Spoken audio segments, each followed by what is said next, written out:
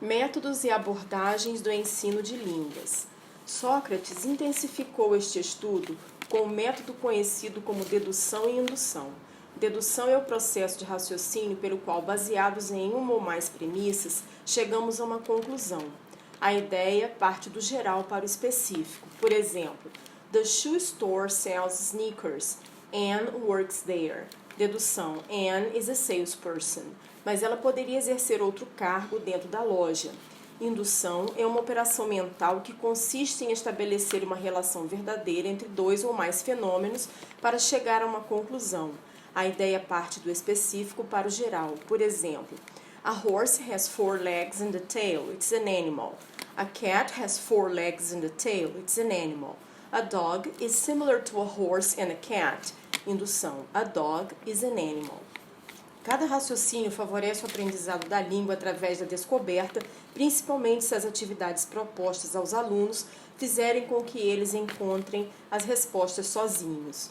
Desde o início do ensino de línguas, os métodos utilizados têm se alterado entre o intuitivo e dedutivo, mas sempre um se sobressaindo ao outro.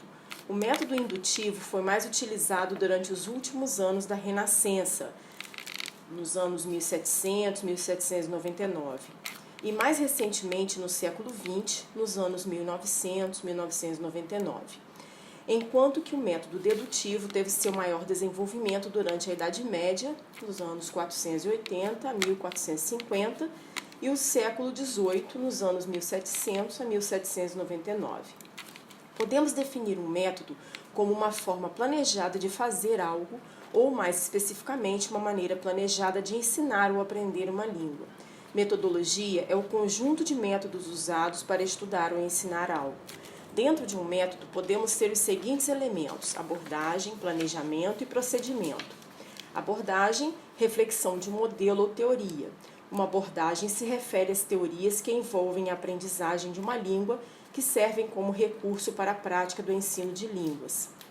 Planejamento, um plano que especifica como será uma aula, os objetivos que se quer atingir, os tipos de atividades que serão aplicadas, o papel do professor e dos alunos, o papel dos materiais utilizados, etc. Procedimento, abrange as técnicas e as práticas utilizadas para o momento do ensino e da aprendizagem. A área do ensino de línguas estrangeiras teve muitas variantes ao longo dos anos.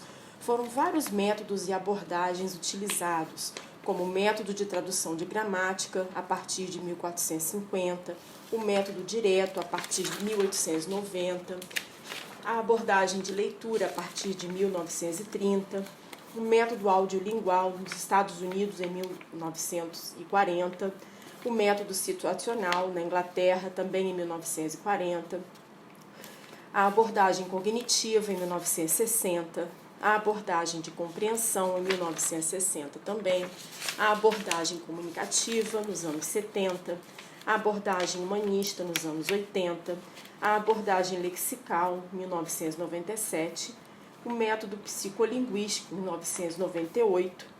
Enfim, deve-se fazer algumas considerações para escolher o método que melhor identifique a sua classe. Avalie as necessidades dos alunos. Para que estão aprendendo inglês? Qual o propósito? Examine as restrições institucionais, o tempo de aula, o tipo de classe, o tipo de materiais que podem ser utilizados, a disponibilidade das salas, ambiente, vídeo, informática, biblioteca, etc. Determine as necessidades, atitudes e aptidões dos alunos.